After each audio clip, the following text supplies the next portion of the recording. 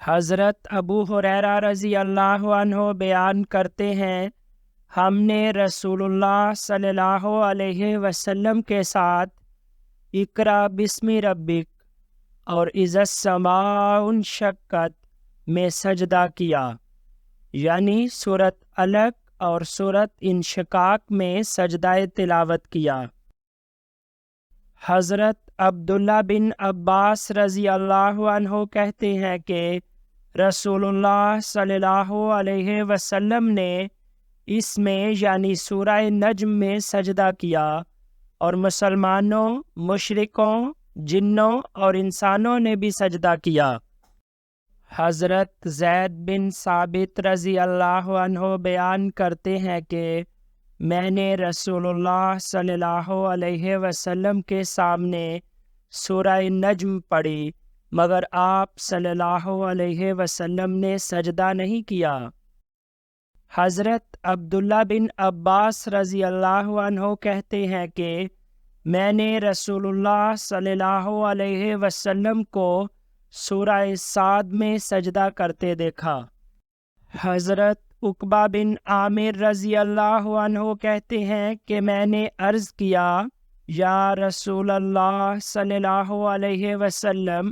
سورہ حج کو یہ شرف بخشا گیا ہے کہ اس میں 2 سجدے ہیں۔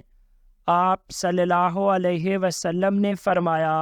ہاں، جو یہ دونوں سجدے نہ کرے وہ اسے نہ پڑھے۔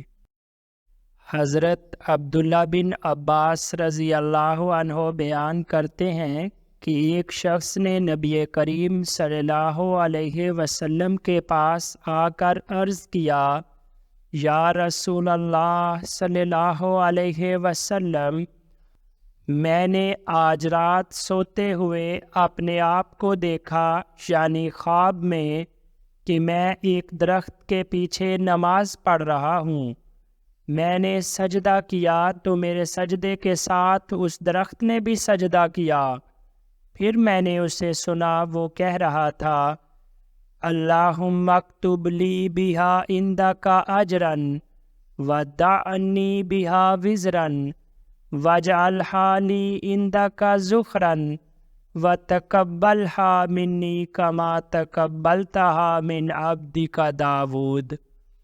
اے اللہ،